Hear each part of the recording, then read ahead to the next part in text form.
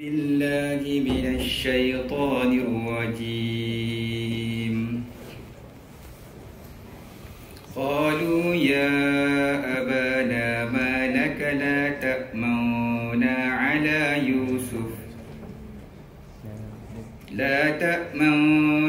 على يوسف وإنا له لناصحون أرسله معنا غدا يرتع ويلعب وإنا له لحافظون قال إني ليحزنني أن تذهبوا به وأخاف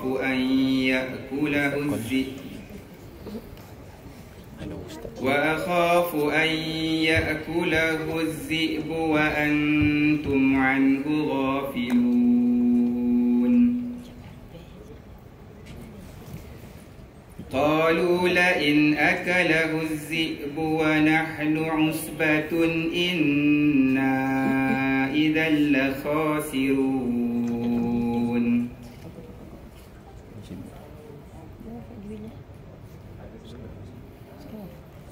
فلما ذهبوا به وأجمعوا أن يجعلوه في غيابة الجب وأوحينا إليه لتنبئنهم بأمرهم هذا وهم لا يشعرون وجاءوا أباهم عشاء يبكون قالوا يا أبانا إنا ذهبنا نستبق وتركنا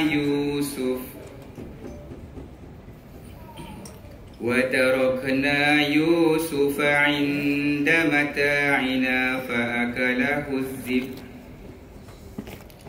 وما أنت بمؤمن لنا ولو كنا صادقين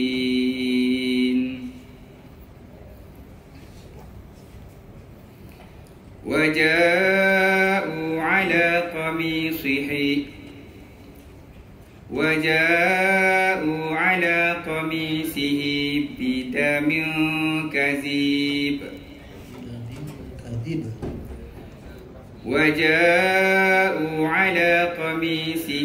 بدم كذب قال بل سولت لكم أنفسكم أمرا فصبر جميل والله المستعان على ما تصفون صدق الله العظيم.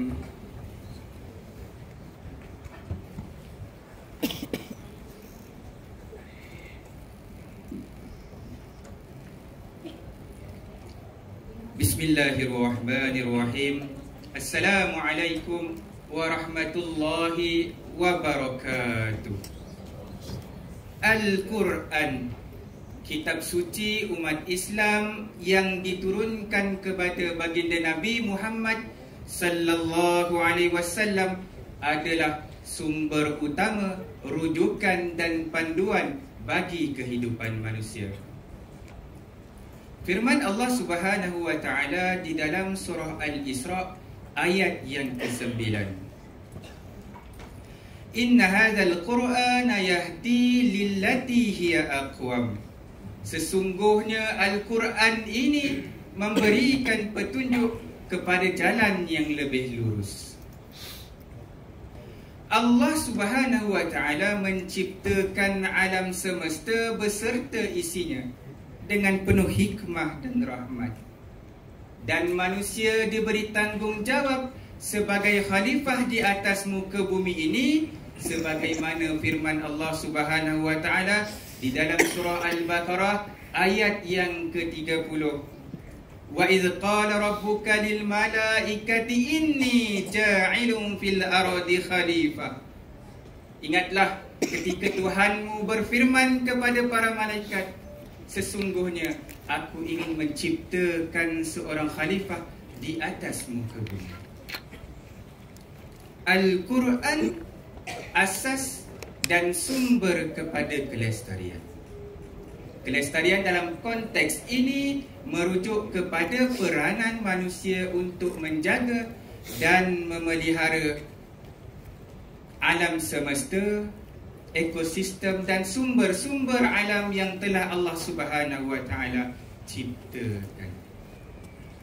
Firman Allah Subhanahu wa taala dalam surah Al-A'raf ayat yang ke-31. Ya bani Adam, khuzu zinatakum 'inda kulli masjid wa kulu washrabu wa la tusrifu innahu la yuhibbul musrifin. Wahai anak Adam, pakailah pakaian yang indah pada setiap kali kita memasuki masjid, dan makan dan minumlah, dan janganlah berlebih-lebihan. Sesungguhnya Allah tidak menyukai orang yang berlebih-lebihan.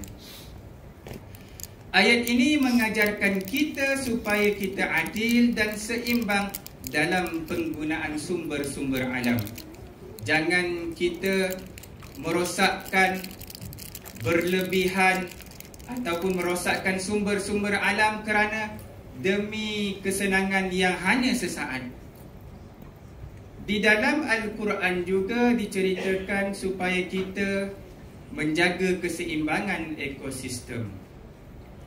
Di dalam surah Al-A'raf ayat yang ke-56. A'udzubillahi minasyaitonirrajim. Wala tufsidu fil ardi ba'da islahiha. Dan janganlah kamu melakukan kerosakan di atas muka bumi sesudah Allah memperbaikinya. Dan dalil lain yang menyebut berkenaan tentang keseimbangan ekosistem adalah daripada surah Ar-Rahman ayat 7 hingga 9. Was-samaa'a rafa'aha wa wada'al mizan alla tatghaw fil mizan wa aqimul wazna bil qisti wa la tukhsirul mizan. Dan Allah telah meninggikan langit dan Dia menciptakan undang-undang keadilan supaya kamu tidak melampaui batas keadilan itu, dan tegakkanlah keadilan itu dengan adil dan janganlah mengurangkan keadilan itu. Ayat ini menggambarkan, menunjukkan kita bahawa keadilan dan keseimbangan pada setiap ciptaan Allah Subhanahu wa taala. Allah menciptakan segala sesuatu dengan kadar dan keseimbangan yang sempurna. Dan tugas kita sebagai khalifah adalah untuk menjaga keseimbangan tersebut. Al-Quran juga mengajarkan kita supaya berhemah dan bijaksana dalam penggunaan sumber-sumber alam. Dan jangan sekali-kali kita sombong kerana segalanya hanyalah milik Allah Subhanahu wa taala semata-mata. Firman Allah Subhanahu wa taala dalam surah Al-Isra ayat yang ke-37. Wala tamshi fil ardi maraha innaka lan tahrikal ard wa lan tablughal jibala tula. Dan janganlah kamu berjalan di atas muka bumi ini dengan sombong, kerana sesungguhnya kamu sekali-kali tidak akan dapat menembus bumi, dan sekali-kali kamu tidak akan sampai setinggi gunung. Dalil lain adalah daripada surah Ar-Rum ayat ke-41. Zaharal fasadu fil barri wal bahr bima kasabat aydin nas liyuziqahum ba'da alladhi 'amilu la'allahum yarji'un. Telah berlaku kerosakan di darat dan di laut disebabkan oleh perbuatan tangan manusia, dan Allah Subhanahu wa taala mengkehendaki yang demikian supaya kamu merasakan sebahagian daripada akibat perbuatan kamu, supaya kamu kembali ke jalan yang benar. Ayat ini menggambarkan kepada kita bahawa kerosakan alam semesta boleh terjadi atas sebab aktiviti-aktiviti yang dijalankan oleh manusia. Dengan melestari alam, kita dapat mencegah ataupun sekurang-kurangnya mengurangkan kesan negatif yang boleh menyebabkan kerosakan kepada alam. Kerana alam ini bukan sahaja untuk diduduki kita pada masa kini, tetapi juga untuk masa akan datang. Kesimpulannya, mari kita ambil hikmah daripada Al-Quran untuk sama-sama kita melestari alam. Mudah-mudahan segala usaha kita mendapat pahala untuk bekalan kita di akhirat kelak. Wallahu a'lam. Assalamualaikum warahmatullahi wabarakatuh.